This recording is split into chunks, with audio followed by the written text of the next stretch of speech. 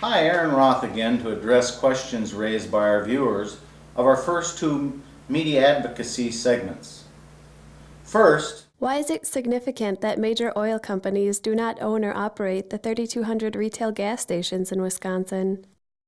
up until the mid-90s, major oil companies owned hundreds of stations, but because of tight margins, mergers, and other factors, companies sold these operations to smaller local marketers.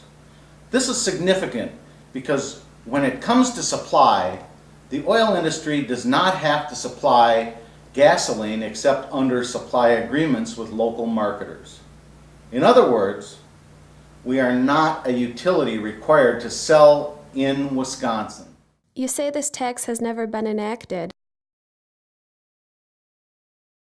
Gross receipts taxes have been enacted in states like Connecticut, but they do not contain anti-pass-through language. This language is the focal point of the debate over the Commerce Clause. What is the Commerce Clause? In layman's terms, the Commerce Clause prohibits taxpayers, in this case oil companies, from passing the cost on to out-of-state customers.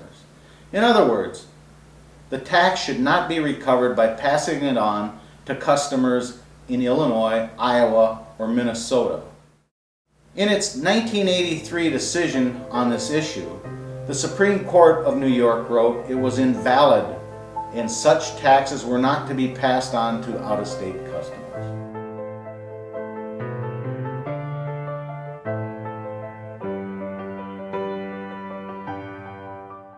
That is why this proposal is a risky experiment. Why is this tax regressive?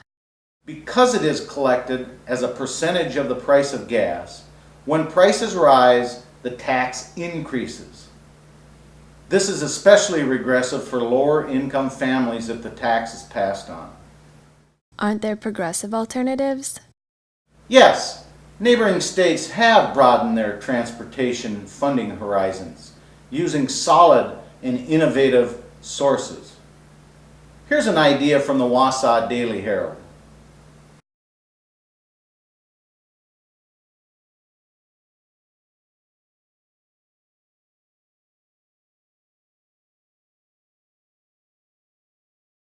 We all want good roads, but Wisconsin's transportation funding should not be a test tube experiment.